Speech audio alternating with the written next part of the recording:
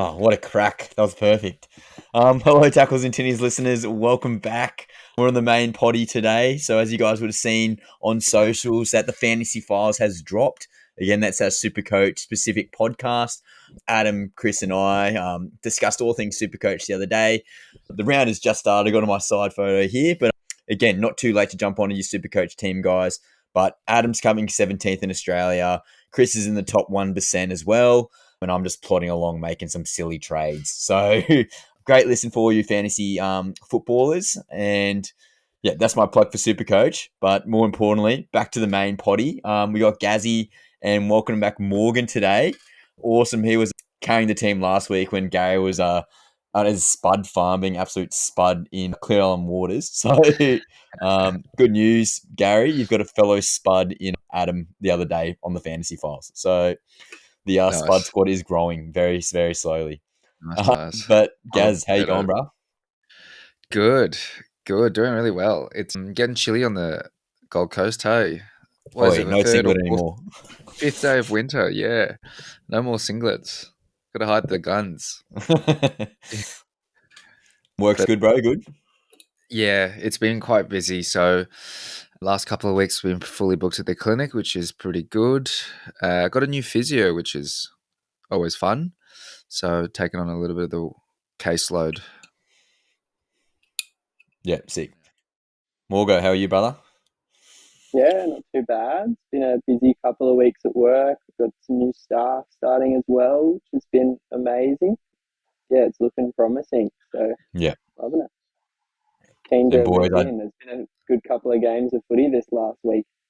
100%. And I think Morgo, you'll be pretty happy with Troll Mitch's performance last week. Even though the Rabbitohs didn't get up, I think you'll be happy with the form that's coming with the Rabbitohs, and be loving to hear your take later on when we get to the game reviews. But boys, talking about game reviews, let's not talk about our TRL performance last night in that mixed grand final rematch, the slugfest. I'm still reeling in my head about the what if possibilities in the last 5 minutes. But hey, that's TRL. I haven't thought about it since you just said it. Right, you're bringing up memories. Oh, no. No, it was very close. It was very close. I'm sure we'll get them next time. Yeah. I think I have a bit of a shame over from that game. Just spraying everyone and turning into not a very good person. So apologies. I appreciate the competitiveness, bro. I appreciate the competitiveness. Gazzy, I'm pulling up a bit sore today, so I think it's a setting transition over to physio corner. What's happening? News around the grounds, mate. Yeah, let's get straight into it. So the worst fears, they've been confirmed for Mitch Barnett from the New Zealand Warriors. He suffered a season-ending ACL rupture on his right knee, and it was sustained during a tackle in last round's clash against the Rabbits. It's a massive blow for the Warriors season, and any potential state of origin duties are kind of going down the drain. He's going to be meeting with specialists soon to map out a surgery timeline. So time will tell how he will recover, but generally, 9 months, at least the rest of the season, and potentially looking at maybe a halfway, next season. Should be fit by then. But adding to the Warriors' woes, centre Rocco Berry, he's also experienced a bit more like hamstring tightness, but I think he might be all right. Not all doom and gloom. We've got some big names returning this week. So Reece Walsh, the dynamic Broncos fullback, he is going to be back in action after being sidelined since round 7 with a knee injury. So great news for Broncos fans. The Sharkies, they're getting a double boost with Katoa and Teague Wilton following his shoulder injury. So they're both back for the Sharks. For the Raiders, Jamal Fogarty, he's going to line up against the Rabbits after missing last week with a groin injury. And then speaking of the Bunnies, they've got a huge double boost with both Jack Wighton and Cody Walker named to return from calf injuries. So Morgs is probably having a great time with that one. But yeah, very good news for the Bunnies. Quickly, we'll go to the Dolphins. Some other key injuries. We'll go to Jeremy Marshall-King. He's out with a leg injury. And then Max Plath. He is pushing for a return. He suffered a foot injury a couple of weeks ago. To the West Tigers, Skelton, hamstring issue, and then Latu Fanu, hamstring also. They will be back from their respective layoffs. Josh Alloway from the Seagulls, he suffered another shoulder injury. So he's looking like another couple of weeks. And then to the Titans, we were hit pretty hard last week, right? Yeah. Both Sam Verrills and Fafita suffering broken hands. Verrills, he's looking for around 17 return. And then Fafita is back around 16. But then David Fafita, he's back. He's been spotted returning to training, doing a bit of running. So post his ankle surgery. So he's looking looking good to return after a couple of weeks. And then Keanu Kinney, he is still about 8 weeks away, but he might make a end of season return. To the Dragons, Jaden Sewer, he suffered a low-grade syndesmosis and he's out for at least 1 to 2 weeks. And then finally, Tyson Gamble, he's undergone surgery for a broken thumb. And Jack Hetherington, he's battling an ongoing shoulder injury. So a bit of a mixed bag on the injury front, some good, some bad. But that is the wrap for this week's Injury Corner. Yeah, well done, Gazzy. Well, I think we'll cross over to Morgan here, mate. You must be pretty happy that the Rabbitohs boys are coming back from their respective injuries. What are your thoughts on the left edge almost getting back to full strength?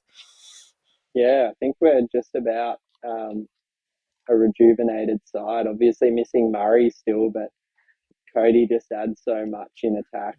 Bud's done a real good job the last few weeks, but I think Cody's hustle, particularly in the red zone, is definitely something we've missed the last few weeks.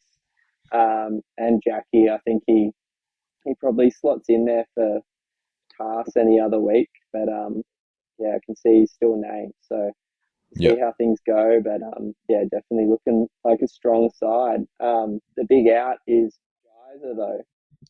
One of my favourite players of the year is not even on the bench, so I don't know how to cope with that. But I know it's just a sign of the depth we've got, I guess.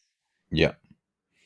Definitely can't be complaining with the current Rabbitohs form, and only going to be better with those boys back. And obviously we'll get to more in depth very shortly. But Gary, obviously probably the biggest injury on that list will be Mitchy Barnett's ACL injury. Obviously New South Wales and Australian representative, current Warriors co-captain. Huge loss in all respects for both the Warriors and the New South Wales Blues. As we said before, 9-month generally return to play. Being a bigger boy, not necessarily relying on speed, could that be potentially shorter, Gaz, or what's your aspects or thoughts on that? Potentially shorter, as in like a return to return to play.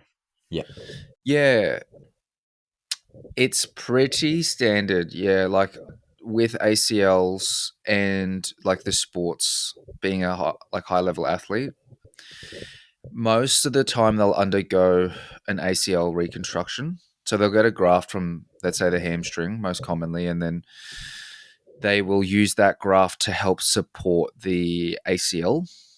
And so generally it's quite a progressive rehab. So I don't think you can really skip 9 months. Generally 9 months is like a minimum, like standard. So even if you had like the best strength and conditioning coaches, the best, physios, medical staff, it's generally, set at like a 9 months. Yeah. Unless they've invented like a new thing that I'm unaware of. Maybe some kind of steroids or something. Enhanced games, mate. Enhanced games. Yeah, that's.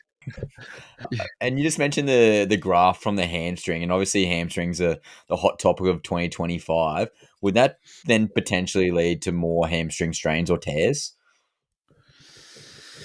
With what was that with? For? ACL. So when the ACL surgery happens, you're saying that they take yep. some of the hamstring graft out. Would that then potentially weaken said hamstring and then lead to more strains or tears later on for these type of players? That is a really interesting question, right? Wow. I wouldn't imagine so. Now, don't quote me on this one because I haven't looked into the research, but I'm Looked sure up. someone out there that's listening would be great to look that up. But no, generally they just take like a very minor percentage. It's not like, and plus with the hamstrings, there's like 3 heads. So the hamstrings are quite a big muscle. I wouldn't imagine it would contribute to like a weakened hamstring.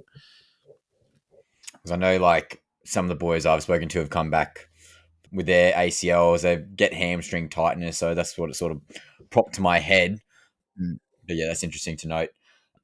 So again, he's probably the biggest one. But guys coming back from the syndesmosis injuries, again, we've talked about it in the past, the shoulder injuries, nothing too major, which is really, really good news. And I guess the physio corner is almost easing up in some regards. Nothing too major besides that ACL, which is obviously good news for all those teams out there, Gazzy. So good job, mate. I reckon just go straight and news around the ground, boys. So, Gaz, well done on finding this one, mate. But player milestone. So you sent me this screenshot from NRL.com, and I'll just quickly read it out. So round 14 milestone. So we've got Adam Reynolds, the Broncos captain, will become the 55th player to achieve the milestone of 300 NRL games when the Broncos played the Titans at Suncorp on Saturday night. Unreal for Reno. Then we got Josh Papali'i. The Raiders prop will break the Raiders' all-time appearance record of 318 games, held by former international Jason Croker when the Raiders played the Rabbitohs at GIO Stadium at Sunday afternoon. We got Big Red Corey Horsburgh. Big game for him as well, obviously trying to get into Origin. But the Raiders prop will play his 100th NRL game when the Raiders play the Rabbitohs at GIO Stadium at Sunday as well. We got another Raiders boy, Matt Timoko. So the Raiders centre will play the 100th NRL game against the Rabbitohs as well. We got Ewan Aiken, another Rabbitohs player. We got a second row. He plays his 200th NRL game. And then we got Connor Tracy for the Bulldogs, who's the fullback there. He's got 100 and huge, huge matchup, obviously. And I think Morgan will be a good one to ask. Raiders versus Rabbitohs. We've got 3 Raiders boys and 1 Rabbitohs boy looking at those milestone games. What are your thoughts on that, mate? Well, I think like they've all been such great servants of the game, I guess. Obviously Papali'i, representative as well as for the Raiders, has just been unreal. He's not a very fella, but weighing in it, I think it was like 120 kilos or something like that. Imagine that running at you all night. Yeah, just a incredible footballer, and I think he's gone to another level this year as well, even into his later years of his career. And obviously Tomoko is only new to the NRL world, really, but absolutely smashing it in that centre position. He'd be hard to tackle, and obviously Aitken, he's just a bit of a journeyman. He's been everywhere, and keen to watch this one unfold. And Big Red, of course. Yeah. That's all you need to say for him. Just weapon. Keen to have him in our Origin team. Yeah, well, more than likely. Gaz, what are your thoughts, brother? Yeah, massive milestones for all the boys. So, similar with Morgs, very looking forward to Horsburgh. I thought he was like hard done by to not be selected for the first Queensland game, but he brings like the grunt, like he's got the dog in him. You know how New South Wales have a great forward pack with Spencer Leniu and all the Angus Crichton, those big boys. Big I feel like Payne Corey Haas. Horsburgh, big Payne Haas. Horsburgh's got that in him. At least when I see him and also what's that captain's name, Tino, like them two. I could see them two really shredding it up. But yeah, it'd be good to see what he's like in his 100th game. But Horsburgh, he's been killing it this season. Yeah, very he's much got that maniac in him, which we don't mind. Yeah. Fiery 100%. redhead, mate. Fiery redhead. That's going to be an unbelievable game to watch. And it's good to see like Ricky Stewart support those type of boys. And he knows when the milestone games are coming up. I spoke to the boys on Fantasy Files, and Josh Papali'i hasn't been starting pretty much all entire year, but it's good to see that Ricky Stewart's honouring that and giving him the start. And obviously Timoko's a starting centre, but Corey Hawes was shifted from the front row to starting lock. So again, celebrating all those key milestones at the same time, which is what you want from a coach. And obviously them coming second speaks just about their entire culture. So Awesome by Ricky Stewart there.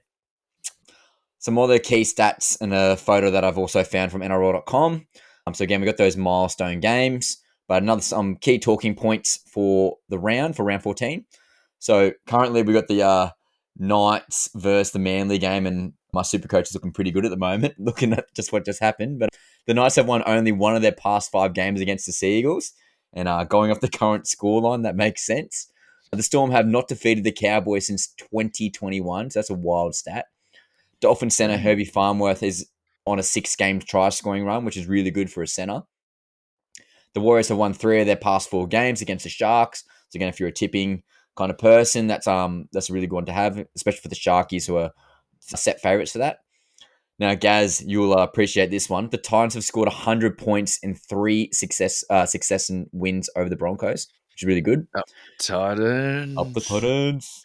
The Raiders have won their past 6 matches against the Rabbitohs. Morgo. And then Panthers winger Brian To'o scored 4 tries in his last 3 games at CommBank Stadium. And the Bulldogs have won their last year's King's birthday game against the Eels on that public holiday game on Monday. So if you're into a bit of voodoo and tradition and superstition, some of those might be useful for the tippers out there. Is any of those milestone or key talking points go to you, Morgs? I think the big one is probably the Renault 300. He's been another amazing player. The Rabbitohs and obviously the Broncos more recently. Unlucky to lose that grand final a couple of years back, but he's got one in 2014 anyway, so who cares? I'm excited to watch him play, and obviously Connor Tracy, another former Rabbitoh that's doing great things at another club. He's been unlucky. He's kind of like a bit of a Billy Smith story, a few ACLs and a few really full-on injuries that have probably stopped him from being around that 200-game mark almost. But another awesome footballer, and he's played every position there is. So, yeah, definitely a valuable player to any team he's been on. Yeah, the games are pretty enticing this weekend, I think. The Rabbitohs Raiders is probably the one that I've earmarked on the calendar, and being closer to full strength, I'm really keen to see how the fellas will go. But yeah, hope we get up. Yeah, Gazzy, what about you, mate? What are any of those stats there for round 14 looking enticing to you? Yeah, well, my tipping and my betting brain is just going straight to Brian To'o, scoring 4 tries. Last 3 games at CommBank Stadium. That's a great one. I also love the Titans one, right? You're right. Scoring 100 points successfully as well against the Broncos. So they've notoriously, it's a great hit out, the Titans and the Broncos. And I think I've done a bit of sports massage for the Titans boys, and I was asking, who was it, Kinney? I was like, who is the Titans? Like, who's your favorite team to play against? And I think he was saying any of the Queensland teams. The boys always like fire up for them. Yeah. Because they know it's like, younger brother, older brother type of thing. So it is a very exciting one to look out for. And I think last year we did get up against the Broncos, at least for one game. So fingers crossed this weekend, same thing. But yeah, I'll be watching that one intently.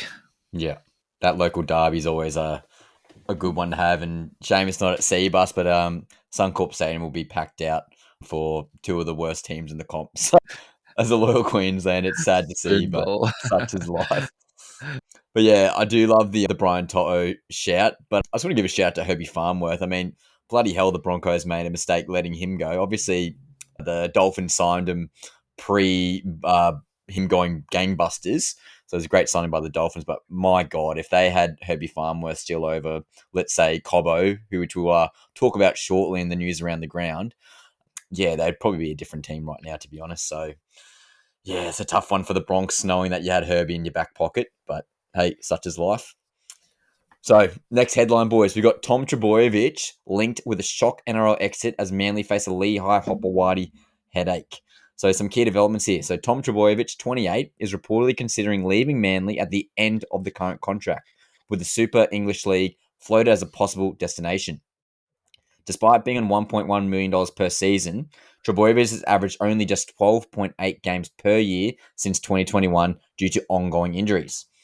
He has even offered to return part of his salary last year out of guilt for limited appearances, an offer the NRL rejected.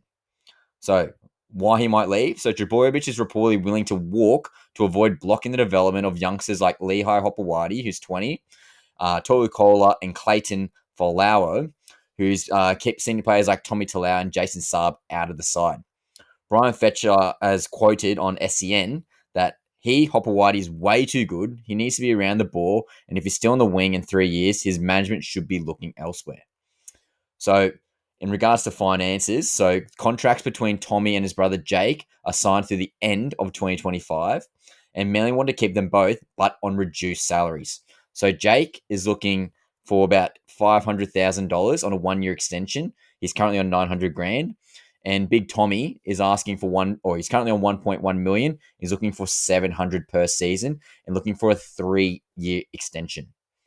So, if re-signing Tom means losing young talent, he will probably be open leaving, but not to another NRL club who prefer to go overseas. And again, that's where the English Super League rumours are coming from. And Manly now face a balancing act of loyalty of a club legend or legends with both brothers versus the future of their young backline. So this is a pretty big story, and again, affects my SuperCoach severely right now. But Gazzy, what are your thoughts on the Gerbo and Turbo situation? Yeah, it's a tough one, hey, because you can see that like Tommy Turbo, he's done everything that he's tried to negotiate down his salary, and I think that shows like heaps in the fact that he's doing, he's trying to bring other players in. Like he feels bad for the team because it is a team game, and he probably feels like he's letting down the team. But it's also like moving forward, like reducing contracts and like reducing pay and stuff. Like, yeah, it sounds like he wouldn't do too bad overseas either. Like going over to the English Super League and then having a hit out there because he's still young. He's like, what, 28? Yeah. He's still got at least like 5-6 years left. It's a tough one. Like personally, if I was an elite sports star, and I probably would, it'd be hard to take a pay cut type of thing. So he'd be very like it seems like he's quite loyal to his club. Yeah. But Gaz, could you honestly see Turbo going overseas? Like in my eyes, that's a big no. Yeah, I don't know how. I mean, I prefer the sunny GC, but All yeah, the nice beaches of Manly. yeah. What are your thoughts, Morgs? Oh, I'd be gutted if he went overseas. I absolutely hate Manly, but I think Turbo is just one of those guys that he doesn't have a bad bone in his body, and when he's at full fitness, he's top 5, maybe top 2 or 3 player in the rugby league. So Yeah. it'll be a terrible loss if Manly let him go. But yeah, I don't know. I can see the argument for keeping Lehigh at fullback. Obviously not tonight, but yeah, I think having Turbo at centre or finding another space for him in the team would be ideal, I think, for Manly. Yeah, so certainly a tough decision. Obviously, Turbo's half the equation, but his brother Gerbo and his brother who's not mentioned, Ben, so Burbo, the Urbos, the three boys, you just want to see them together. You don't want to see them split up. And obviously, it was a tough decision leaving Gerbo out of the New South Wales team this year. But obviously, with that concussion, that sort of put the nail in the coffin. But I think Gerbo has to get a pay cut. I think the game's sort of gone past him. Yes, he's still, I guess you could say, in his athletic prime, maybe just past it. But yeah, he certainly lost a step or two, that's for sure. And I think his price tag of what I say it was 700,000 definitely needs to reduce that. But Tom Turbo on 1.1 mil, he's definitely not worth that. And if he's only playing again 13 games a year, yeah, you just can't do that even in today's salary cap. I think him getting reduced down to that 700,000 mark. I think that's fair for both parties. And Tom brings so many fans to the game, and so many jerseys get bought because of Tom. And as you said, both of you both said this, he's just a nice guy. I remember seeing a photo from the Australian tour, just in the one just been, and Tom Turbo's at the bar, and he's got a full drinks tray of like, I'm not even exaggerating, like 50 shots. And like, you can imagine how much that would cost. And that's just like the kind of guy Turbo is, just shouting all the boys. So a guy like him, and again, when he's healthy, maybe needs Gary the physio from Back in Motion Burley Heads to like, give him a hand. But Shout out. Great when he's shout out. healthy, he's, as you said, Morgs, he's a top 3 player. So all we can say is Turbo, we wish you the best, mate. And Burbo, you definitely take Gerbo, you need to take a pay cut for sure. So next one. This is a bit of a quote. Bring me into their celebration. So mind games begin as Turuva prepares for Panthers' grudge match. This Sunday's clash between the West Tigers and Penrith Panthers is shaping up to more than just a round 14 fixture. It's a grudge match for former Panther star Serena Turuva and Jerome Luai, now with the Tigers.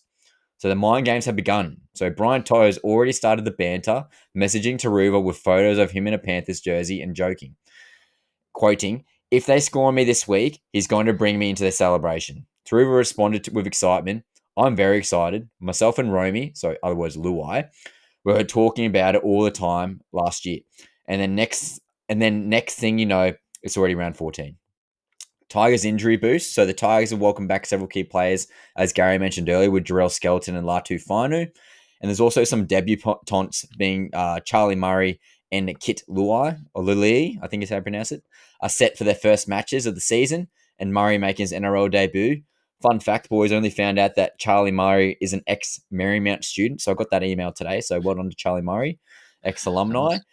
And Turuva praised Skelton's return, so he quoted saying, "What he does in the backfield for us with his yardage carries is really exciting and important for us, especially against a team like the Penrith Panthers."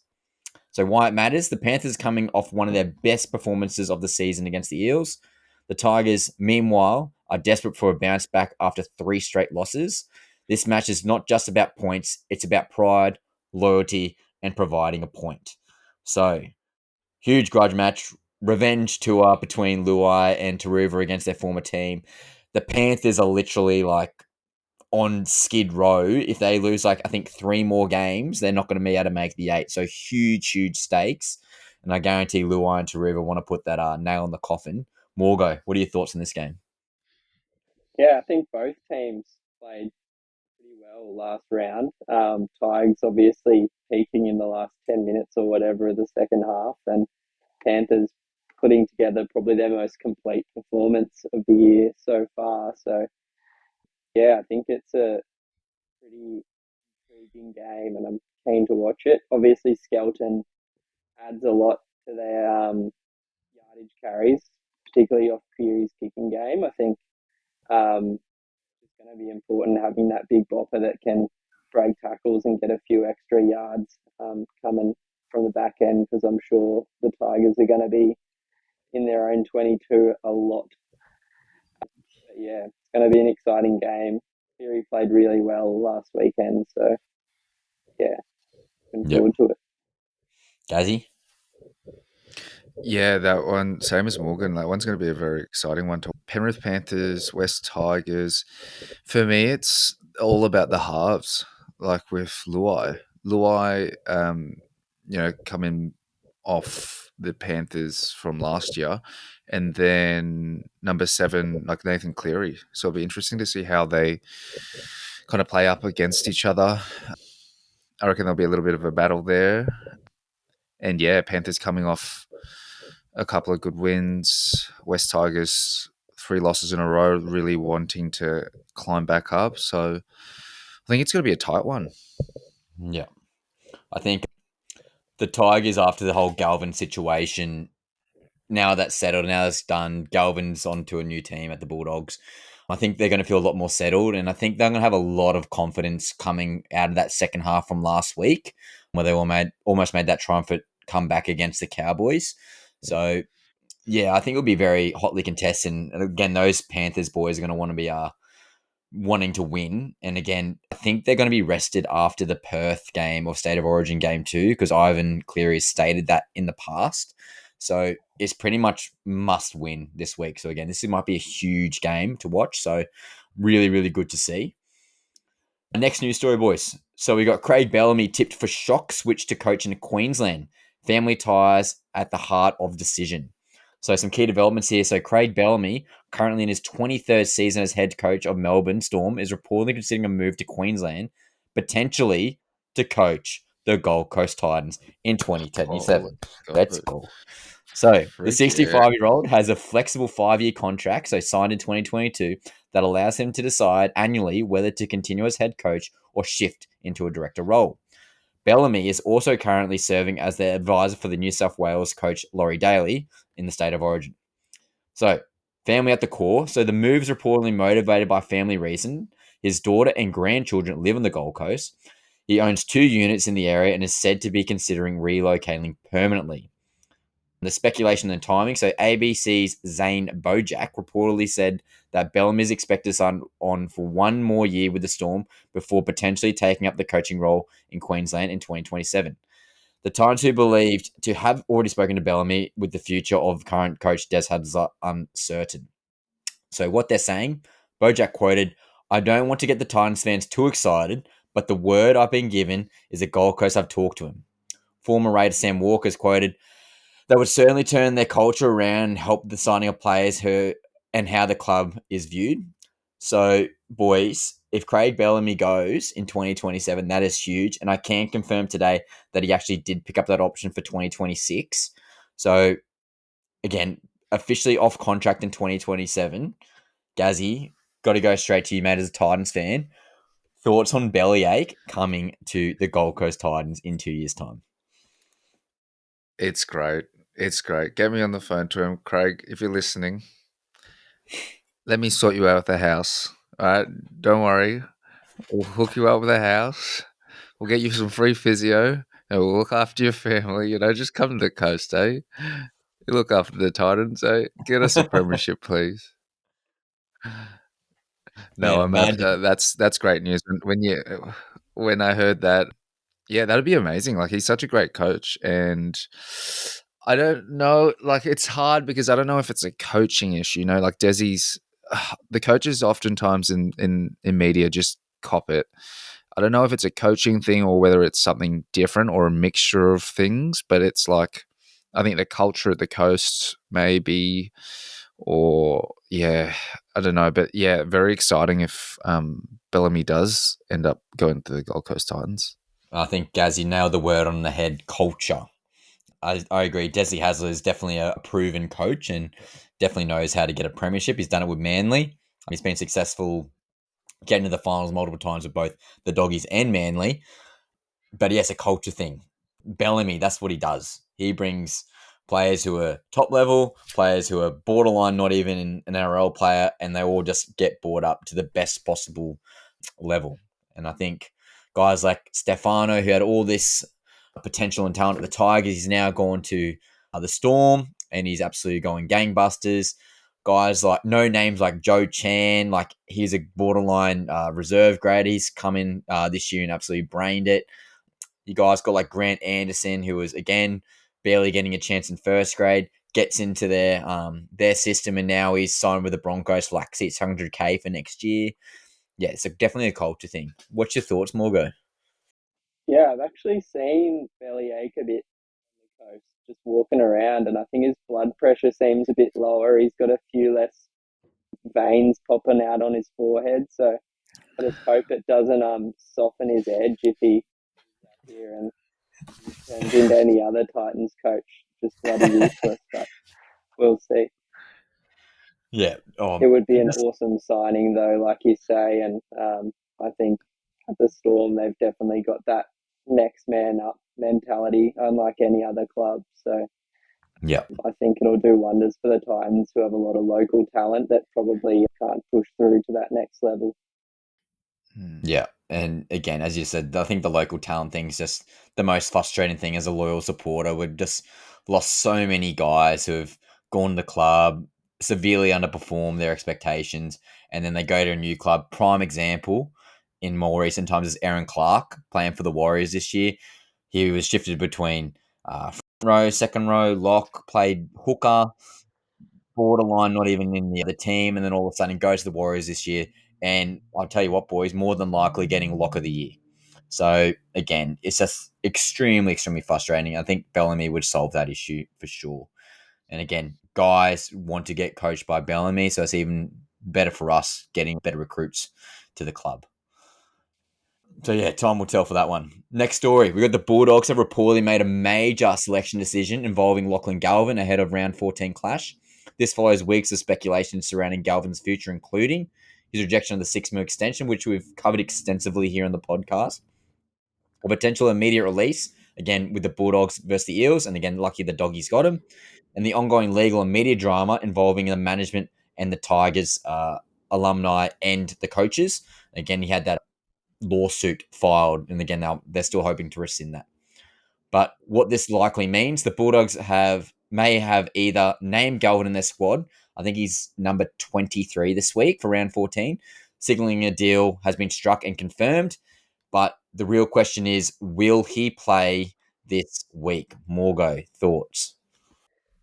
I'd like to see him play, but I don't know if Bulldogs are going to be super eager to mess with their system so early in it. Obviously, they've been doing so well this season, top of the table. They have some really gritty, grindy players in that side that just play well off one another. So it'll be interesting seeing where they decide to put him. I can't see it being in the back line, unfortunately. So for him, I think he might end up playing lock or somewhere similar, maybe jumping into that kind of Moran kind of role. Yep. But yeah, we'll see where he lands. Gaz?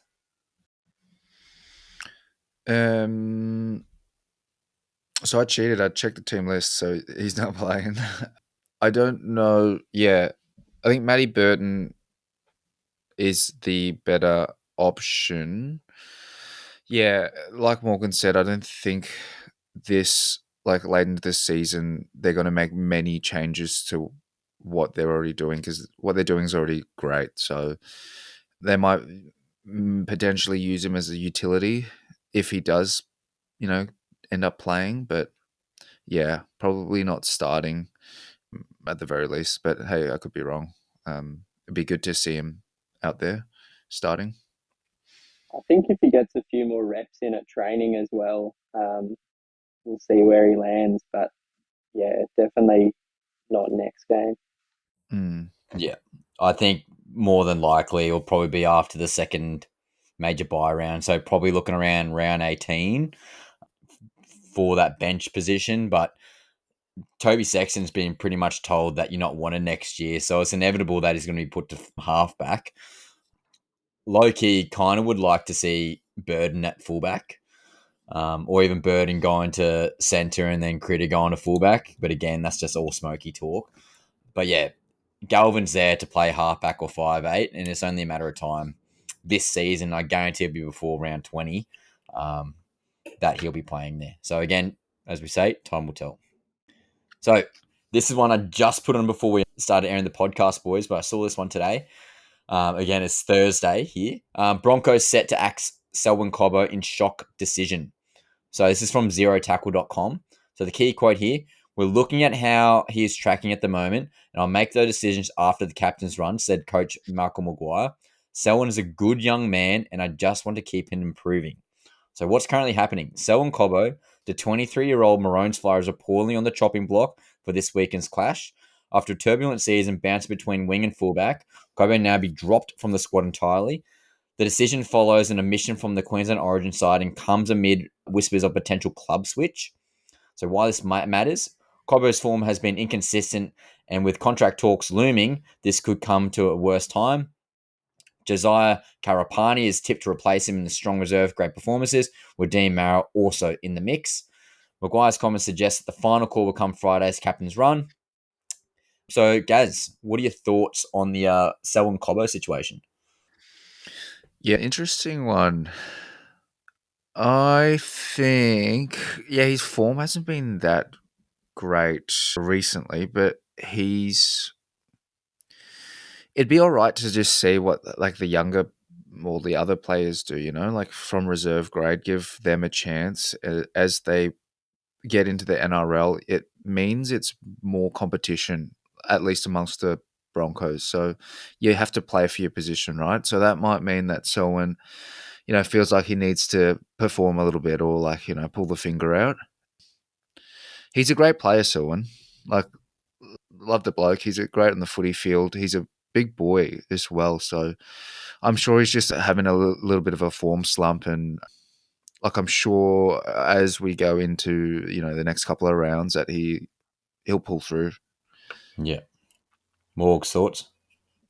Yeah, I think you're probably right. He's plateaued a little bit this season. I think he's gone from having a bit of a breakout year a couple of years ago, absolutely dominating, and now it seems that if other teams have figured him out and taking a bit of space away from him or what the deal is. But yeah, definitely not as damaging as he's been in previous years. But that said, I think he's someone that you kind of need in your team, and you need to figure out how to unlock as a coach as well. But yeah, it's disappointing. I know a lot of, like, whenever I've gone to Broncos games and stuff, a lot of the fans are there to watch Cobbo, and you hear them screaming his name out and stuff like that. That's particularly the young fellas. So big loss, but hopefully you can get back on top of things. Yeah. I reckon it's more so. I think his form's been all right, especially at fullback before he had that hand injury a couple of weeks ago. But yeah, I thought he looked pretty good at fullback. Obviously in the wing, hit and miss, but that's been the Broncos all season. You can't just blame one winger. But I'm thinking it's more due to the fact that I reckon he's going to get pushed out of the club due to financial reasons, and they're probably going to start looking at, so as you said, Gathery, some of their reserve grade players who are coming through are doing a pretty good job. So I think that's almost, again, I have no word on this or seen anything, but it's probably that he's not going to be at the club at the end of his contract due to financial reasons. Again, if they're only saying they're offering Adam Reynolds, 350K a year to play due to salary cap situations, Cobbo must be in a similar situation if that's the same rationale. So I think he's just getting squeezed out financially. Is that a fair shout, Morgs? Or Yeah, I think 100% makes you question what Broncos are doing with all their money if they can't play their best player more than 300K. But he'll be a big loss if they do shift him. He'll probably sign for another Queensland club because I know he's pretty. He likes to be pretty close to home. Yeah, from all reports, but we'll see. I heard the Gold Coast Titans might need an outside back. So, guys, any shout for the Titans there? Yeah, sign him up. He'd be great there. Or even, it's a bit far, but the Western Bears, they're coming along, 2027, right? Yeah. Yeah, a couple of years, 2 years. So, I mean, we'll see. It'd be interesting to see, which players or what players go over to the Western Bears, and yeah, might you heard it first. That's my prediction. Western Bears. Not a bad shout, Yeah. Gazzy. Not a bad shout at all. All right, boys, that's news around the ground. So I reckon we go straight into the round 13 match reviews. So the first game of the week was the Dragons, who 20 points versus the Newcastle Knights, 6 points at Jubilee Stadium. Pardon me. So match summary. So the Dragons delivered and composed a clinical performance to climb to 6 on the ladder, outmuscling the flat Knights side who struggled to replicate their recent form. That recent form been absolute trash as I'm watching it right now on my phone. The win marked the Dragons' second straight victory at Jubilee, following their round 4 upset over the Storm. So some key match highlights here. Loco Tonga scored a try. Again, he's only just started this year. Kai Piss-Paul also got a dominating try in the 70th minute. Good to see young gun Nathan Lawson, a former Rugby Sevens Olympian, impressed on debut with 180 metres with 17 carries. He was safe under the high ball. And again, he's retained a spot this week with Terrell Sloan actually getting dropped. So that's huge for the Dragons. Veteran leadership with Gutho. He got 169 run meters. Klemmer, I think that's been his best game in probably a couple of years. He got 168 run meters. Big Jack DeBallin, 122 run meters. And Damien Cook finally getting some consistent minutes. And that's the only reason because there's been 2 injuries in 2 weeks, but he had 53 tackles. some key moments here. The Knights only try came late off Leo Thompson's offload to Kai Pearce-Paul, who ran a really nice line on that right edge. Val Holmes nearly scored in the 76th minute, but failed to ground the ball cleanly. And the Dragons' defence held firm throughout, with Jalen, Brady, and Fletcher Hunt unable to capitalise on late opportunity. Morgo, did you watch this game? I watched bits and pieces of it. Yeah, Dragons are a team that doesn't do much for me, and neither are the Knights. But that Pacifici Tonga, what a weapon! He's an absolute beast, and yeah, close to the line. I think that he's going to be a big option, particularly just a little pop out of dummy half, absolute weapon. So see how he goes. They obviously lost Sewer on the weekend as well. It was a big loss, I think, not only for the Dragons, but probably thereabouts for Queensland as well. Kind of plays that Britain Nakora kind of role where he's running good lines, and he's got probably the hardest shoulders in the rugby league. So they're going to miss him in defence as well. But, yeah, it was a good game to watch. Yeah. Gazzy? I didn't watch this game, so there's not much I can add to this one, right? But I am feeling for the Newcastle Knights because I'm also watching the game. They're versing Manly at the moment, and they are not looking too good. 16-6, and be another loss to the Knights unless they can reel it back in the next 30 minutes. Yeah. Yes, my super coach is looking pretty good with some of those boys in there, but yeah, Newcastle Knights. What can you say, boys? Kalen Ponga's a lost man at the moment. Fletcher Sharp's trying his ass off, but yeah, they just can't score points. I think that I saw a stat today on Instagram from Random Stats Guy, and the Knights have the second best defense, but the third worst offense, I think, overall. So yeah, crazy stats. Yeah, they just can't score. They literally just can't score. And they got so many like good attacking weapons, but I think it really points to the fact that they really need a halfback. Like desperately. Jack Cogger, he was meant to be that guy after that grand final with the Panthers. But yeah, he just hasn't been able to deliver as that main focal point. Yeah, as we said, Ponga's been lost at the back, but it's good to see he's finally healthy. Yeah, not much to say, but shout out to the Dragons. I called them at the start of the year. They were definitely a smoky make for the 8. And again, Shane Flanagan needs a bit of a rap there. Again, we talked about culture with Craig Bellamy. Shane Flanagan has done exactly the same there with the Dragons.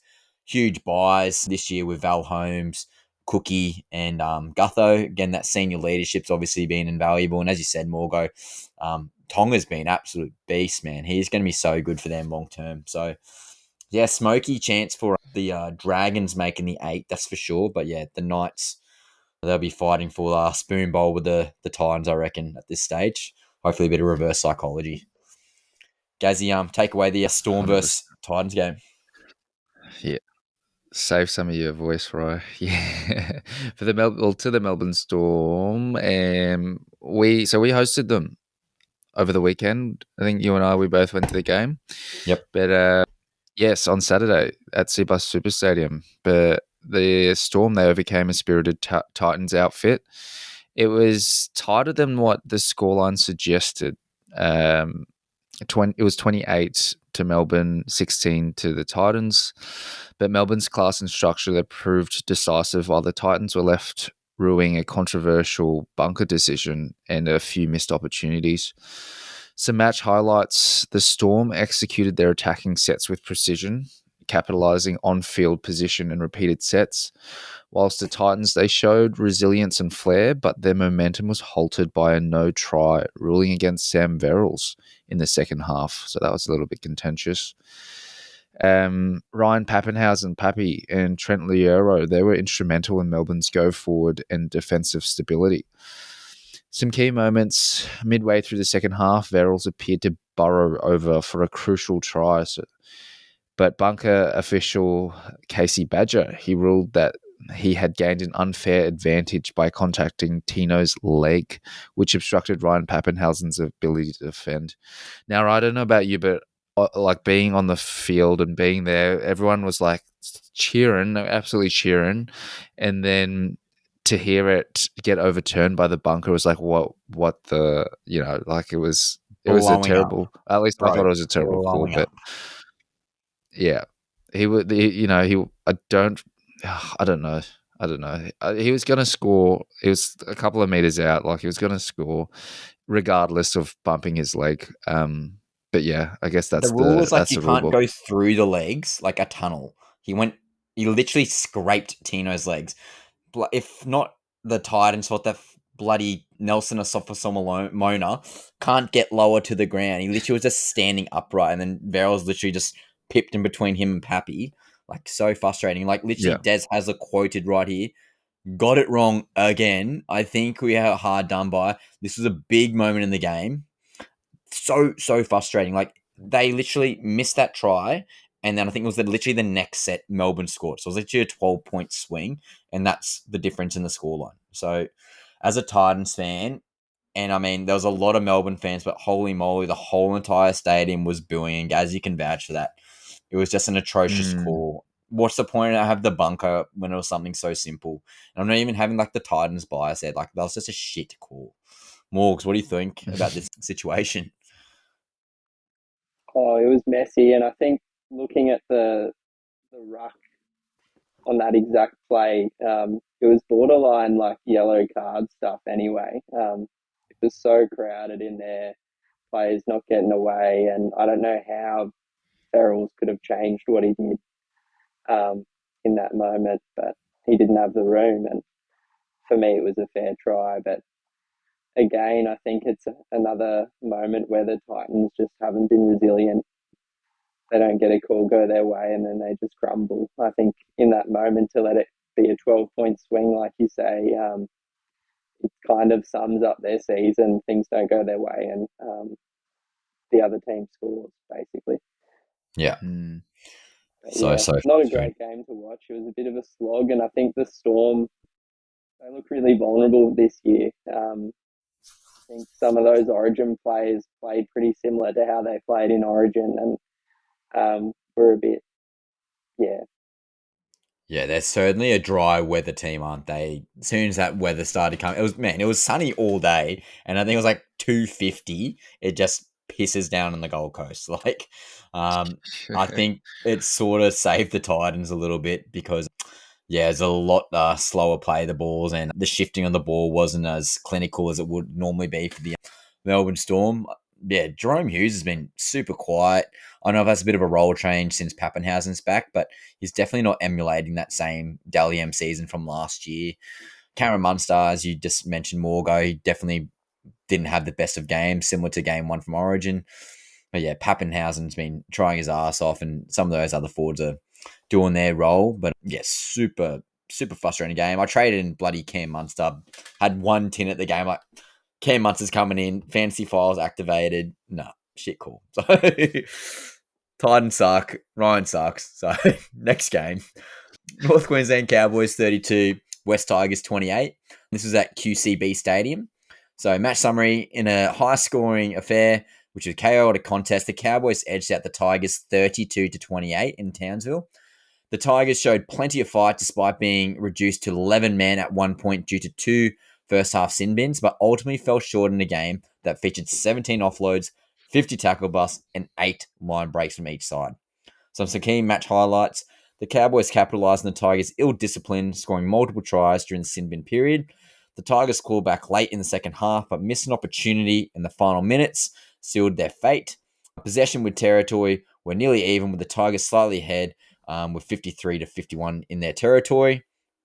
Some key stats like completion rates. The Cowboys had 89 completions compared to the Tigers' 78, so that's pretty big. Run meters, pretty similar, about 100 meters off. Missed tackles, both about 50, so pretty shocking. And about 9 errors for the Cowboys, 11 for the Tigers. So again, it was just a shocking affair in terms of defensive and ball possession. But some key quotes here. Benji Marshall, head coach. We copped 2 harsh sin bins, but I'm proud of the way the boys responded.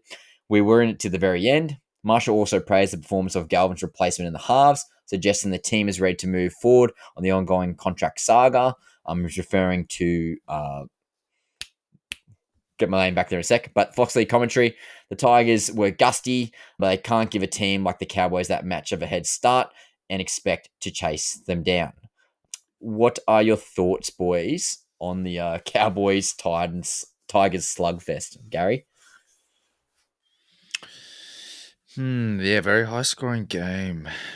I don't think I watched this game, but first half Simbins, two.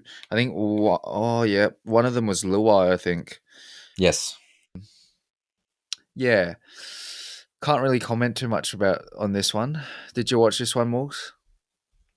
Yeah, I watched bits and pieces of it. I think that last 10 minutes from the Tigers was some of the most entertaining footy I think I've ever seen.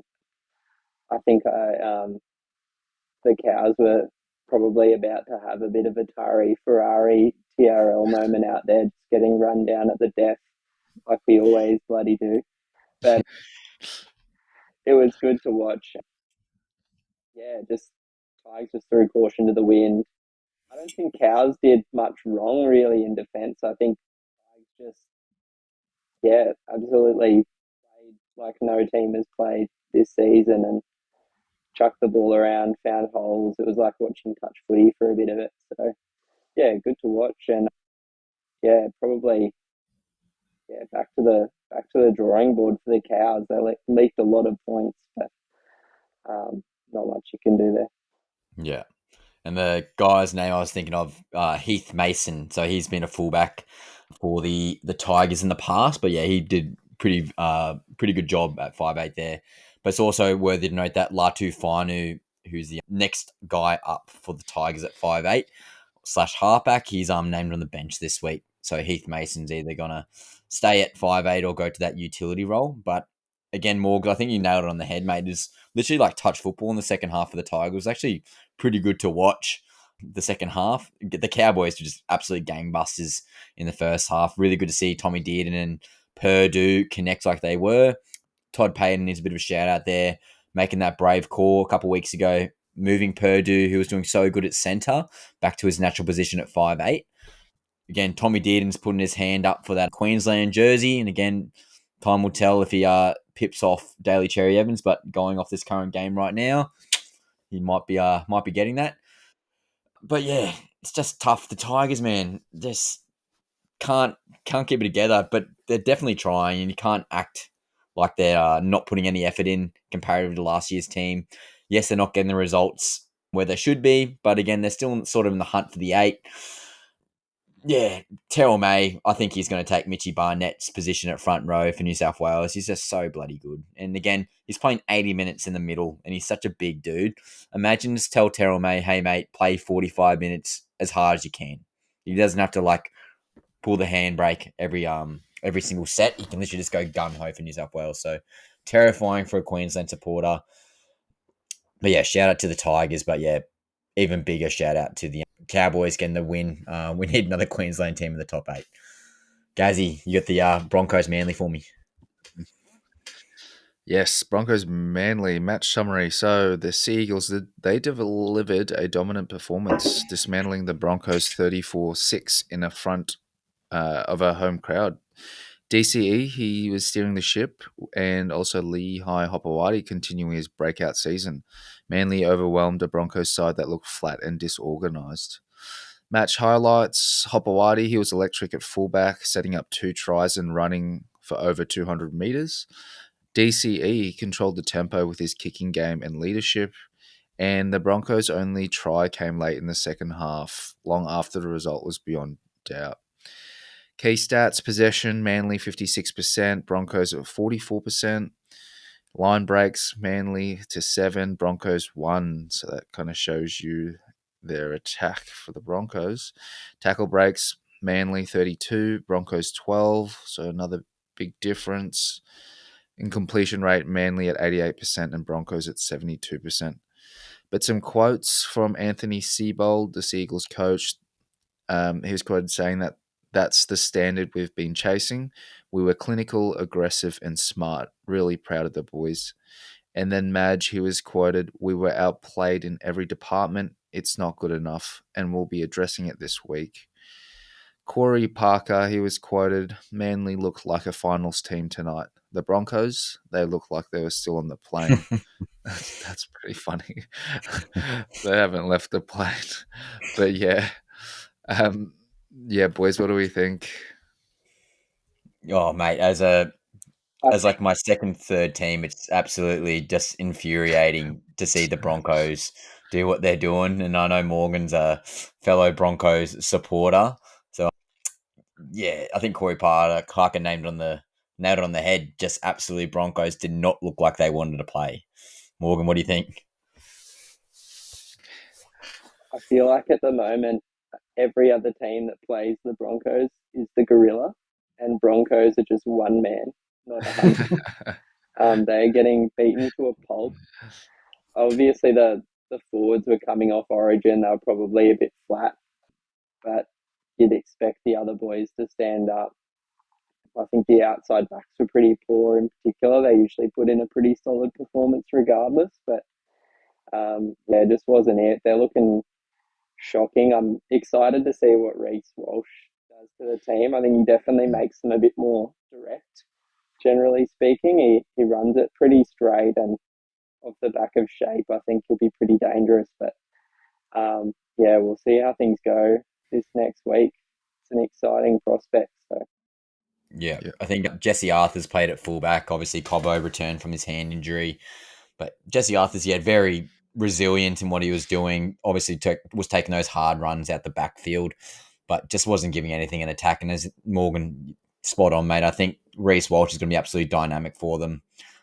Again, that sweep play that they do at the back for the fullback, no one does it better than Reece Walsh, just due to his speed. And on the fantasy files on Monday, Adam and Chris both probably agreed that if Reece Walsh has a big game here, could be smoky for Queensland fullback. I know Billy Slater loves Reece Walsh, so that'll be really, really interesting to see if that happens. So, yeah, time will tell. But Broncos, that's not good enough. And Payne Haas, again, there's murmurs that the Bears are willing to throw big, big money, up to $2 million per season in 2027. That's huge. And I know Payne Haas pretty much has to deal with looking after his entire family on the Gold Coast due to his parents both being in jail for their own respective reasons. But yeah, we'll see what happens there. But the Broncos need some change. The Cobbo axing this week, Reece Walsh back. They're pretty much going to be at full strength. So this will be a very hotly contested match coming this weekend for round 14. Next game, we got the Wars versus the Rabbitohs. And Morgan, I'm very looking forward to hearing your take here, mate. But the match summary, the Warriors held off a second half surge from the Rabbitohs to secure a thrilling 36-30 win in a match that featured milestones, injuries, and attacking fireworks. The results keep the Warriors firmly in the top four hunt, while Souths continue to show flashes of brilliance without consistency. So some match highlights here. Alex Johnson scored his 200th NRL try, just the third player in history to reach that milestone. Latrell Mitchell backed up from Origin 1 and delivered a second half masterclass, nearly dragging the Rabbitohs back into the contest. The Warriors built a strong lead early with sharp execution and fast ball movement before weathering the Rabbitohs' late comeback. Some key moments here, as we mentioned in Physio Corner, Mitchy Barnett has an ACL injury from a tackle on Bud Sutherland. He's definitely out for Origin 2. And despite the injury, the Warriors maintain composure with CNK and the likes, and especially, what's his name? Who's the halfback? Metcalf, Licky Metcalf, absolutely braining it. So that's pretty good to see as well. Some key quotes here from Andrew Webster, the Warriors coach. He's definitely done a knee injury. He's definitely done the knee injury of some description. Again, that being the ACL. We're waiting for scans. Until you look after it on the hood, you honestly don't know. So Foxley commentary also quoted, Latrell was electric in the second half, but the Warriors had already done the damage. The first 40 minutes was some of the best footy all year. Also want to give a shout out to Alex Johnson's hat trick. Morgo, rip away, mate. yeah, I think AJ looks pretty back on that left edge.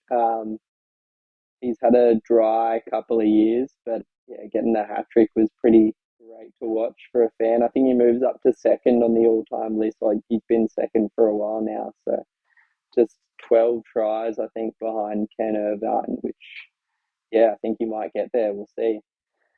Yeah, Latrell obviously electric in that second half.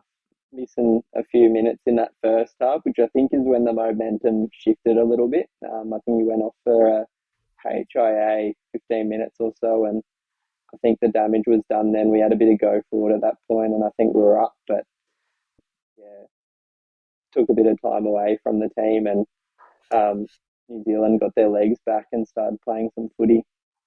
I think Wade Egan was absolutely phenomenal. He probably doesn't get spoken about enough, and his work out of dummy half, just getting him behind the ruck, was insane. I think he did probably the most damage out of anyone, and New Zealand's got some pretty big forwards out there. So, yeah, it was a great game to watch. I think if you're a neutral fan, you would have been pretty stoked with that one. Yeah, I was 100%. less stoked, but yeah, we'll get through it. You must be happy with Keon Kulamatangi's current form, mate. Yeah, I want him to be not too good, where he's getting picked for the Blues. Yeah, just dominant in that front row position. I know he likes playing on the edge, but I can't see him going anywhere anytime soon. Me and my mate Hero, who you boys know pretty well, were talking about the pack earlier in the week, and I think Totola's yet to find that form that he was in a couple of years ago, and Moale's just a bit slow out there at the moment. Need to find a bit more energy in that pack, but Keon and I think Jai Arrow certainly bring it. So, I'm excited with this team, and with a couple of new players jumping, or a couple of old players jumping back in this week, it should be good. Yeah, 100%. Gazzy. Yeah, I thought the Rabbitohs played really well. I mean, considering where they are, and then against Warriors who were going into the game, I think top 4, they called their way back, which was great. I thought Latrell played really well. This coming week, and then Alex Johnson, shout out, with that hat trick, on that new milestone. But this coming week, I think having Cody Walker back from injury, that he's a weapon. So he'll add that extra element into the halves, and then we'll see what Latrell's like playing at fullback, because then I feel like that combination will only bolster the team's efforts. But yeah, like what Morgs was saying, the forwards are doing pretty good too, with the Kolamatangi and Jai Arrow leading the pack. I think Ewan Aitken, he's doing pretty good too. So yeah, looking forward to that game. Yeah. I think Tyrone Munro's been named on the bench, or at 18th man as well. Old bird collarbones, but he'll be great on that wing position. I think AJ's probably a lock for one wing on the form he's in the last couple of weeks, but we just haven't found that second winger to kind of dominate. But see how things go in coming weeks. Would you rather Munro or Ravalawa more go as a Rabbitohs fan? I think Ravalawa leaves a lot to be desired in defence. Definitely very valuable coming off the back. His carries, he's a big body and breaks tackles, but Munro's just got speed, which you just can't teach. And he's got a bit of size. He's a tall fella. He's obviously not. He's a pretty slender frame, but yeah, very skillful. Could play anywhere really. Yeah, that's fair shout. And again, as you said, can't teach speed. And man, when he gets that line break, good luck. He's one of those rare talents in the league where it's when he breaks the line, he's gone. So, yeah, Rabbitohs are definitely collarbones to run either. So yeah, that's true. Definitely needs to stay on the wing. Maybe and not take those off the back fence hit ups either to look after himself. Gazzy, Panthers Eels for us, mate. Yeah, so Penrith Panthers played the Eels at Bluebet Stadium. Panthers 18, Eels 10. But match summary, the Panthers, they outlasted a determined Eels side in a gritty Western Sydney derby, with Nathan Cleary once again proving the difference. So despite leading 10-6 in the second half, the Eels couldn't hold off a late Penrith surge, as the reigning premiers showed their trademark composure and defensive steel. So match highlights, Nathan Cleary, he nailed a clutch sideline conversion and controlled the game with his kicking. The Panthers completed at 90%, a stat that underpinned their ability to grind out the win. And the Eels, they had their chances, but they were undone by errors and penalties in key moments. Some stats: completion rate, Panthers at 90%, Eels a little bit lower at 78%. Possession evenly split, but Penrith dominated territory in the final 20 minutes. Errors, Eels made several costly ones on early tackles after regaining possession. But some quotes and reactions from Eels coach Jason Riles. It's disappointing, but we self-inflicted a lot of that onto ourselves. We didn't play just any ordinary team. We had a fully loaded 4-time premiers today, and they're desperate. We've got some really good lessons out of it. And then Mitchell Moses, he was quoted. He expressed frustration post-match, but they're confident that the team is heading in the right direction. And then from the Fox League commentary, Cleary's boot was the difference. He just knows how to close out a game. And yeah, I have to agree with the Fox League commentary, but Cleary's boot, like, he controlled the game very well. Going into the game, I remember talking about it right last podcast, but it was good. We were going to watch out for Nathan Cleary and Mitchell Moses. Yep. I mean, both played really great, but I think Nathan Cleary, yeah, great game from him. But yeah, thoughts on that one? Well, mate, they were unreal. Both kicking games for both teams were extremely good. And if you're a New South Welshman, you must be extremely happy that you got arguably the two best halfbacks in the game, and with the two biggest boots. But Panthers, again, we've spoke about it earlier. They're on thin ice in regards to getting these wins early. If they don't get, I think they lose 3 more times, they're done for the year. So very, very, very close for them. Parramatta, again, they look like a different team with Mitchell Moses back. We've said that for the past couple of weeks here in tackles and tinnies. With Moses there, they're looking great. Iongi's, again, that's a huge improvement from him the past couple of weeks. And just think about it, boys. In the off-season, it was Blaze Talangi from Parramatta Eels. He's gone to the Panthers. And the Penrith Panthers, they lost Iongi to the Parramatta Eels. So a 1-for-1 trade. Morgo, who do you think won that trade? Oh, for me, it's hard to split. I think Blaze probably isn't quite there in defence for a 5'8". Iongi just takes every hit up. He runs it back with some real venom, great footwork, great ball playing. Probably could play in the halves himself. So, yeah, I think probably Para won that one.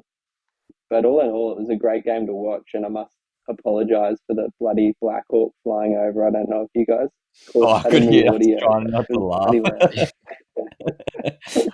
I thought it was like bloody F1 happening at the side of your house, bro. What are they looking for, boys? It was a great game. Good game of footy. Para's got some good under the radar forwards coming through. I think Kautonga's been a good performer for them the last couple of weeks. 100%. And what's his name? Riley, the hooker, has been playing very well as well. So kind of looks a bit like Reed Barney running around out there. But yeah, definitely punching above his weight performance-wise. And I think Para are playing like a top 8 team just about, but they're just a victim of that early season form. And yeah, it'll be interesting to see where they end up at the end of the year. But I think Rilesy's got them on the right track, and they've got some other good signings as well. I think the other winger that they signed, maybe from Penrith too, has been growing up. He's only played 1 or 2 games as well, but I'm Papali. Josiah. He's going to be another star of the future as well. So they've got some really good young talent coming through to mix with the likes of Moses and some of those more experienced players like Lomax and Addo-Carr, obviously, as well. Probably Addo-Carr's best game for Paras thus far.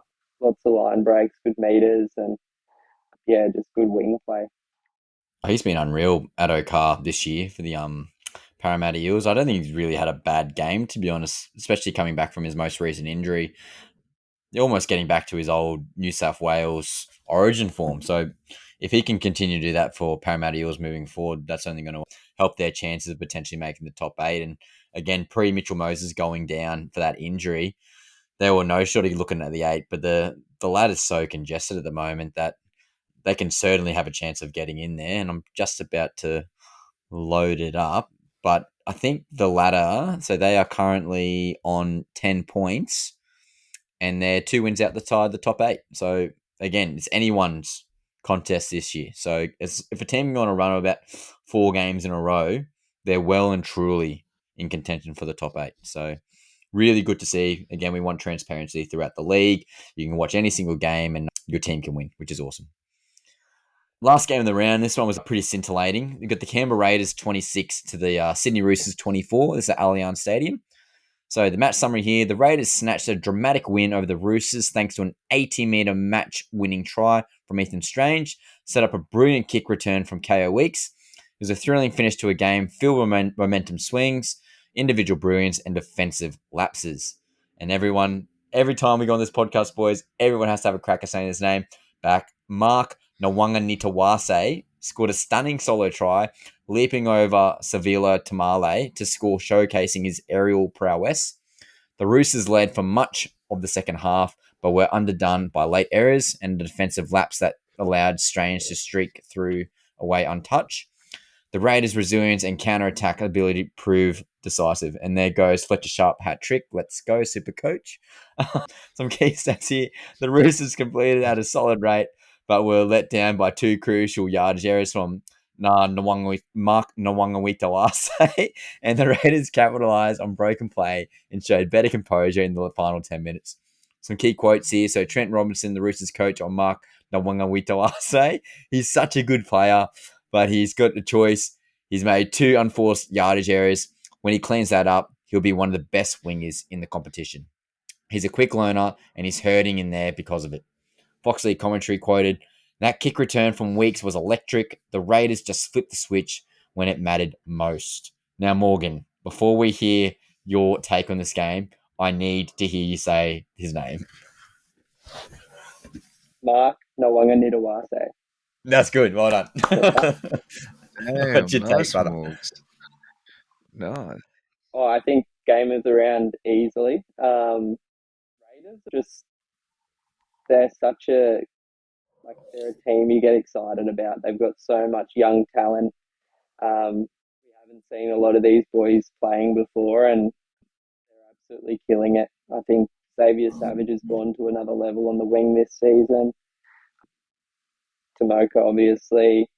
Ethan Strange, I think I've spoken about him before. His running game is just so electric. He breaks tackles for fun, and obviously KO Weeks at the back there has just gone to another level as well. I think fullback's definitely his position, and his running game is second to none. I think, yeah, just exciting footy to watch. And obviously Roosters had a pretty solid game. Teddy breaking tackles, heaps of run meters, and Marky Mark on the wing getting that one good try. But yeah, crucial errors to him. Like he'll make some insane catches on his attacking try line, but then drop some relative sitters in the danger zone for the Roosters. So yeah, tough night out for him, but great game to watch. Yeah, good take. Gazzy, you know the drill. How do you pronounce his name? Going to butcher it, but here we go. Mark Nawaqanitawase. Nawaqanitawase. Nawaqanitawase. Say it real quick. Nah. Oh my god! I'm glad I'm not an English teacher. That's all I'm going to say. Yeah, it was a good game to finish the round. Yeah, I think the Raiders, they're absolutely killing it. Hey, really frothing the Raiders. So I think looks like they'll be in top 8, but things could change. Like you said before, Ryan, the ladders, not many points in between. Like, forget what it was, maybe like 6th and like 12th or something like that. But yeah, it's going to be a very exciting kind of rush from this mid-season to like end of season. What are we? We're round 14, hey? Round 14, so more than halfway. Yeah, Raiders are on 20 points. Only one win off from the Bulldogs, who were coming first. So, yeah, huge. Very, very close. I'll tell you what, boys, we could have wrote the Roosters off at the start of the year. So I think it's a bit of kudos to them that they've certainly climbed their way back into contention for that top 8. They're currently sitting on 14 points, which is one win from being 5th on the ladder. So that's crazy to think. And they're only getting their troops back. Sammy Walker, I think he's playing in the New South Wales Cup this week. So that's really good to see come back from that ACL injury. Their Origin boys are obviously out. So that's 4 or 5 Origin players. After we get past game 3 for Origin, they're going to make a very late surge like they've done in past years. And I think they'll be very hotly contested, potentially make that top 4. And tell you what, shout out to James Tedesco. Father Time has not slowed him down. Arguably one of his best seasons. Again, hard done by potentially not making the Origin team. But yeah, that Roosters team is very resilient, and they've got some guns coming there next year, and even potentially Joey Manu this year. So we will see. Who actually got seen at the Roosters game last week. So stay tuned on Tackles and Tinnies for that one. So, but yeah, Spotted. that's the match highlights done, boys. I think we go straight into cap and fact for round 14. And this is a really interesting one because it's 22-all with 1 minute to go for the Newcastle Manly game. But we got the cap or fact from ChatGPT. Knights versus Eagles. ChatGPT has predicted the Seagulls 26 to the Knights 18. Currently it's 22-all, about to go to Golden Point. Their verdict, so they got Leo Hopperwhite in electric form and DCE is steering the ship. Knights are inconsistent and still adjusting to Kalen Pong's return. Do we think the Knights will win this game, cap or fact? I reckon... Oh, sorry, the Seagulls. Seagulls win this game, sorry. Seagulls? Yeah, facts. Nah, I got cap. I'm watching it live. Old mate just missed a field goal, so we'll see how this unfolds. I think you might be a bit behind, right? But might be. Yeah, I don't know what's happening with the Knights. Like, Fletcher Sharp is probably their best player at the moment, and they've got a lot 100%. Of probably Origin tier players getting around there. But what's your time on your screen, Morgs? Exciting. They've just gone to Golden Point. Okay, haven't kicked off 25 seconds to go. Says live, that must be cap. So, I think Manly are potentially getting this. But again, we'll see what happens. I might have to update my phone. Next game, we got Storm versus Cowboys at Amy Park. ChatGPT has predicted the Storm 28 to the Cowboys 14. Their analysis is Melbourne are clinical at home and have too much structure. Cowboys defense remains a liability, especially on their edges. Cap or fact, boys? I'm going to say fact for that one. That's a pretty good analysis, especially at home at Amy Park. Yeah, I reckon Storm by at least 12. Morgo? I think it's going to be a bit closer, but I do think Storm are going to get up. You've obviously got Coates on the wing, and like you say, they're pretty vulnerable there at the moment, the Cows. So we'll see how it unfolds, but I think it'll be a great battle in the halves. I'm excited to watch that matchup. I think Purdue might be the 6 of the future, so we'll see how they match up. Yep, 100%. I think the Storm are going to go very, very well, and I need them for my SuperCoach because I got Munster, Pappenhausen, and Jerome Hughes. So if they can actually do something for my team this week, that'd be greatly appreciated. So I'm going to say fact emphasized times 10. Next game, we got Dolphins versus Dragons at Suncorp Stadium. ChatGPT predicted the Dragons 22 to the Dolphins 20. Dolphins are favourites on paper, but the Dragons have momentum and a sharper spine, apparently. Expect a grind with a late twist. Morgo, cap or fact? I reckon cap. Finns have been looking pretty good. They're thereabouts in the 8. I think they've had a couple of really tight losses. And yeah, I think it'll be interesting. They've got amazing outside backs and a pretty solid pack, the Finns. So we'll see how it goes. Dragons, I think like they were pretty strong last week, but outside of that, they've been a bit up and down. So we'll see how we go. But yeah, I'm back on the Finns. Yep. Gazzy? Yep, same as Morgs. I'm going cap. I think the Dolphins, they're going to get up. pins up. Yeah. But yeah, with hammer and stuff like that, I think they're going to get the win. But anyone else watching this game? They're about to go for the field goal. Oh no, Jerry Evans kicks it up. But Oh, I'm about 10 seconds behind you boys now. So if you start yahooing, I know what's going to happen. yeah, But yeah, I'm going to say cap 2. I reckon fins up. Dragons have been very resilient of recent times. But yeah, as a loyal Queenslander, I hope Hammer has a very big game and gets some origin form for us. Next game, we got Sharkies. Sorry, mate?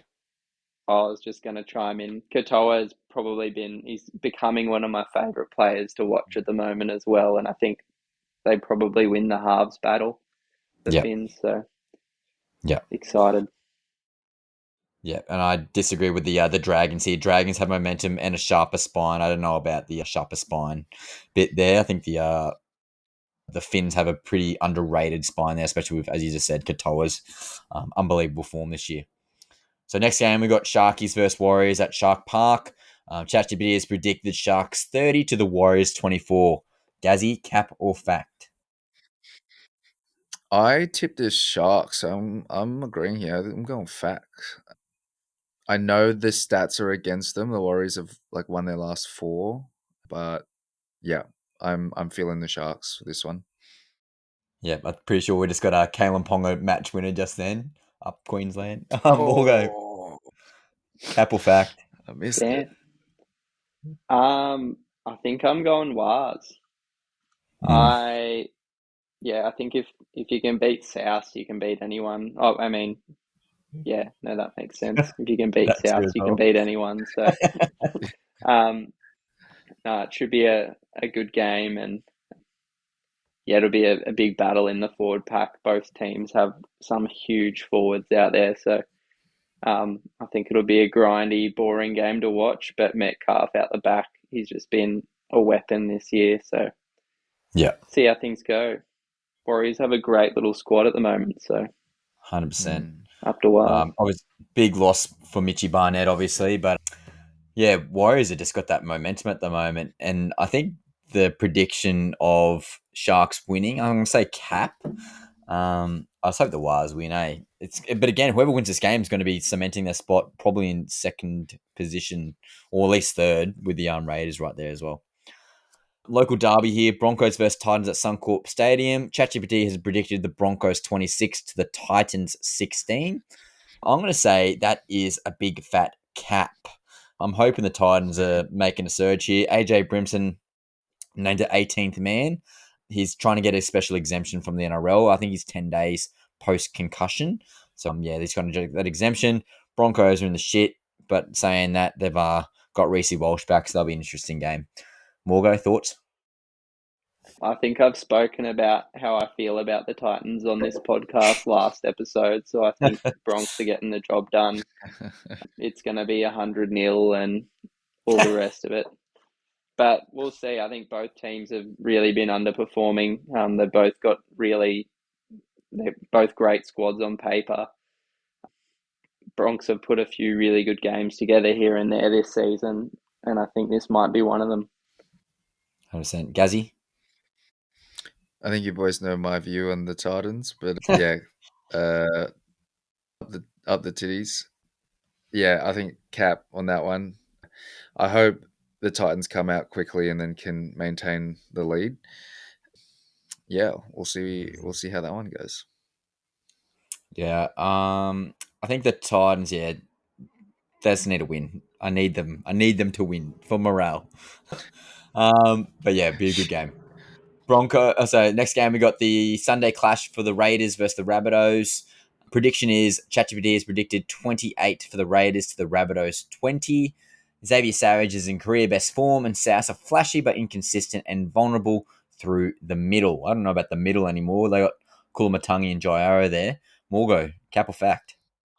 I can see a hooker like Starling exploiting the middle, so I kind of agree with that. But that said, I think we've got some great players back this week. Cody, now that left edge is firing a bit more with AJ and Trell, I think the game's going to go to another level. We might see that 2020, 2021 form back. Maybe that's wishful thinking, but yeah, hoping the Rabbitohs get it done. I'm iffy on that one, but Cat. Nice, Morgs. Just reading the group chat. That's funny as.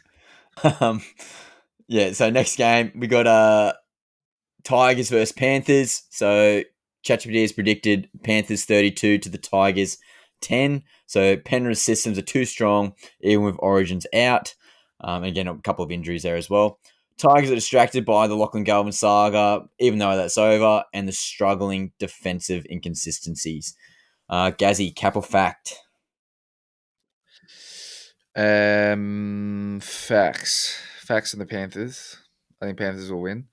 But for the Rabbitohs, I think Raiders will get up. But it's going to be a grind, that one, I reckon. So, but yeah, both facts for me, for the Raiders and the Tigers. Yeah. I'm going to say facts for both as well. Yeah. Panthers are just looking for that win. I don't think it's going to be that much of a difference in terms of the score. But yeah, I think the Panthers just have too much to play for. Like, I guess so do the Tigers, but Panthers have that legacy behind them as well. So it'd be a hotly contested match. And yeah, missed the other one before because I was distracted by the group chat. But the Raiders, I think they're going to be too strong for the Rabbitohs. But saying that left edge with Cody Walker and Jackie Wighton back is going to be a lot more interesting for the Rabbitohs. But yeah, hotly contested match. But I think Raiders will just pip them, and yeah, Panthers will just pip them as well. And last game of the round, that's the I don't know what's the public holiday, boys, in New South Wales? Do we know? King's birthday, I think. King's birthday. Okay. Well, yeah, that's the Monday clash. So Bulldogs versus Eels at a core stadium. ChatGPT has predicted the Bulldogs 20 to the Eels 18. So Eels are favourites, but the Bulldogs have grit and are building confidence at first place. Could be the upset of the round if Matty Burden fires again. I don't know if it's much of an upset, ChatGPT, because they're coming first place. But yeah, the Lachlan Galvin situation, who knows? Bit of turmoil there. I'm going to say fact. I think the Bulldogs are going to be too good. What are your thoughts, Morgs? I reckon Eels on form recently. I think Penrith are playing way above their position on the ladder currently. Probably playing like a top 4 side at the moment, and Eels were probably a bit unlucky on the weekend. And they've just got so much quality with Brown, Moses, and those outside backs they've got there as well. So they definitely win that battle. And yeah, I don't know. The Eels are running downhill at the moment. So we'll see how things wind up. I reckon, Cat. Yeah. Gazzy? I'm going with ChatGPT. Actually, I'm going against ChatGPT. So I think facts. I think Bulldogs will win. It will be very close, like very close in it. Not much in it, but yeah, again, a bit of a grind this game. Be good to see Mitchell Moses and see how he goes. And yeah, facts for this one. Yeah. All right, boys. So that's ChatGPT's prediction for round 14. So, viewers, last week I couldn't do the podcast. It was my mum's birthday, and obviously, as Dom Toretto says, for family. So I couldn't bail on that dinner. But Gazzy managed to send his tips in. So, Gary, the round 13 tips that we both put in, we had Dragons versus Knights. We both tipped the Dragons, which was correct. Next game was Titans versus Storm. I tipped the Storm, you tipped the Titans. The reverse psychology did not work. Cowboys versus Tigers. Both tipped the Cowboys, they won. Broncos versus Manly. Both tipped the Bronx, but that lost. Wars versus Rabbitohs. We both tipped the Wars, that won. Panthers versus Eels. Both tipped the Panthers, that won. And Raiders versus the Roosters. We both tipped the Raiders, and that won. So we didn't put any bold predictions in for last week because we missed the potty. But the total points are around 13. Gary, you got 6 and I got 7, which means, Gary, you're on 52 points and I'm on 55. So, Gazzy, I hope you're working on your eating and your running, mate, because you're going to be in some strife in about 13 weeks' time. Yeah, I'm starting pickleball training. every Thursday I'll play a bit of pickleball. We're gonna get back into it. We'll get into a bit of running. Might do a bit of cycling. That's so Yeah, funny. started already. So, Gazzy, I haven't got your tips for round 14, and Morgan will get yours as well, mate. So, round 14 tips. In hindsight, who would you have tipped, Knights or Manly, Gary? Hindsight, no, I think I went Manly. Okay. I tipped Manly. So Yep. Morgan, who did you have? I probably would have gone Manly. I had Turbo and Lehigh both in my SuperCoach team. For some reason, Yeah. I picked Turbo, and they both didn't play a minute. So oh, they both didn't play. Oh I need to no. watch the start there. Did you say you got chicken winged or something, Lehigh? nah, that was Tavanga. Okay. What happened to Lehigh? Big HIA. So Oh, probably shit. 11 days. Oh, wow. Glad I didn't trade him in.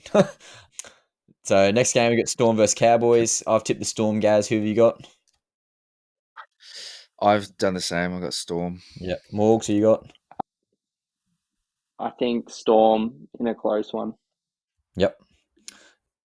Finns versus Dragons. I got Finns. Gaz, who you got? Have Finns as well. And next game, Sharks versus Fins for Wars. me. And sorry, Morgs, Finns for you. Yep. And next game, for some reason I got Sharks. I'm definitely tipping the Warriors. Gary, who you got? Whee. I've got Sharks. Sharkies. For Morgs. that one. I got the Wars for this one. Up the Wars. Broncos versus the Titties. I got the Titties. Gary. Up the titties. Tits. Morgs. Bronx. The next game, Raiders, Rabbitohs. I got the Raiders. Gaz, who you got? Raiders for this one. And do I even ask, Morgan? Rabbitohs. Don't need to ask. Next game, Tigers versus Panthers. I got the Panthers. Gaz, who you got? I have the Penrith Panthers. Morgo. Yeah, Panthers for this one for sure. Yeah. And last game of the round, Doggies versus Eels. I got the Dogs. Gaz. Doggies. Doggies. And Morgo. The Eelies. Oh, the Eely. Eels. Slippery little snake there. Gazzy, I hope you got your bold predictions ready. And Morgan, if you got one, you can yell one out too. But I'll read mine out first. Round 14 bold predictions. I've got Cleary to score 100 points on SuperCoach. I've got one game to go into Golden Point. I may as well give myself a tick now. Thank you. That just happened just then. And my next bold prediction, Money Man Tuipulotu to do his cash money try celebration in the Dragons game. So that's my 3 bold predictions this week. Gary, you got any bold predictions? I'm making it up on the fly, but let's go SuperCoach 1. I'm going to go Big Tino to score 100 plus against the Broncos. Hooyah. I'm also going to go some try scorers. So thinking about these multis, but both wingers on the Melbourne Storm. So who's that? Coates and the other one It'll be far longer. to score. Yep. Farlongo. Sweet. Those two to score, and then Melbourne to win by more than 12. 12 plus. Yep. Last one. And then number 3, let's go. Let's put on a Rabbitohs smoky. Alex Johnston to score a double. I like it. Morgo, you got any bold predictions for me? I reckon, based on the game I've just seen, maybe an upset round on the cards. So maybe 4 plus out of the 8 games going to the non-favourite. Yep, I like that. But we'll see. Maybe Latrell to score 100 plus in SuperCoach because he's Yep. my captain and he's awesome. Nice. Manifest it, Morgs, manifest. And I think Hughes maybe to have a bit of a comeback game as well. I don't know what the forecast is like in Melbourne, but if it's dry weather footy, I can see him going big. Yep. So Hughes, what's he doing? I think, I don't know, just being good again, I'll scoring say some points. 85 on SuperCoach. That's a pretty good score. Yeah. All right. That's bold prediction. So we'll keep an attack on that one. And to finish off the show, boys, we've got our Tinnie Awards for round 13. So the Hit Stick Award went to David Klemmer, surprisingly. Again, we mentioned earlier, he racked up 168 metres and delivered several bone-rattling tackles in the Dragons' win over the Knights. And again, he set the tone early, and you certainly need that as a middle. And again, David Klemmer, sort of on the back end of his career, as I guess you could say. So really good to him get that Hit Stick Award for us. The Hidden Gem Award goes to Nathan Lawson. So again, we mentioned he had his debut game. He's a former Rugby Sevens Olympian who ran 180 metres for the Dragons. Really good on the high ball. Looked like a seasoned pro. So really good to see him have a crack. And again, he's pipped out Terrell Sloan on the wing for them. So well done to Nathan Lawson for the Hidden Gem Award. The Not So Super Coach Award. And again, Morgo, I'm hoping for your bold prediction this works out for you this week, mate. But a couple of halfbacks here. We've got Jerome Hughes, who got 32 points, and Mitchell Moses scoring 31. Both boys just did not look like they carried well in terms of points. Both played decently in their own right, but again, did not translate to Supercoach. The Supercoach player of the round went to Lukey Metcalf from the Warriors. He got 1 try, 4 goals, 2 line breaks, and 1 try assist. You got 123 Supercoach points. Absolutely killed it for the Wars. And a fellow Warriors player who gets an honorable mention is Chance, or CNK, who got 119 Supercoach points. I think I saw a stat the other day, again from random stat guy on Instagram. I think he's like out of the top 5 meter eaters in the past like couple years, he's got like 3 out of the past 5 best games or something crazy. I'll figure out the stat and I'll post it next week. But yeah, really, really good by CNK. I think we need to rename this award from the bloke who needs a tinny. Maybe just call it the Des Hasler needs a tinny award. So Titans coach Des Hasler, another tough loss against the Storm and a controversial bunker call against Sam Verrills didn't help. Hasler's post much frustration was clear. They got it wrong again. So again, Desi Hasler, he's pulling out his very nice set of head of hair that he's got in his head. Yeah, he definitely needs a tinny. And our golden tinny, our illustrious MVP award, again, doesn't necessarily have to be the guy who gets the most Supercoach points or fantasy points. It's the guy who makes that game-winning play, and that goes to Ethan Strange from the Raiders. Again, we mentioned earlier, he scored that match-winning 80-meter try against the Roosters in the dying minutes. He showed composure, speed, and game-breaking instinct in a high-pressure moment. So again, well done, Ethan Strange. Well done to Ricky Stewart and the Raiders. Those boys absolutely killing it this year. So that's the Tinnie Awards for this year, guys. On this week, guys. Really good. But boys, that pretty much wraps up our show. We both mentioned earlier, Morgo, that we're both looking forward to that Sharks Wars game as well as that Rabbitohs game as well. But Gary, I think you can agree with me here. But the Broncos Titans as a Queensland supporter, that's our local derby. We're really looking forward to watching the boys break that down at Suncorp. So, boys, that's it. That's SuperCoach talked about. That's our Tinnie Awards done. The news around the ground, Physio Corner. The main show for Tackles and Tinnies is complete at 10:05 on a Thursday night. Nice and late for us. Bedtime was an hour ago, but hey, we do it for you guys. We do it for the listeners. Special shout out to Morgo, guest appearing again. Absolutely carrying the team when Gary's been an absolute spud potato in the spud squad. So we love you, Morgo. Fantastic job tonight, mate. And Gary, thank you as always, mate. Very insightful for Physio Corner. Some shit takes, but that's why we love you. So I just provide the bit of commentary and a little bit of light-hearted banter. Love it. That's it. Love it. That's what we like to hear. But guys, remember, we had the Fantasy Files dropped on Tuesday, so that was filmed the other day.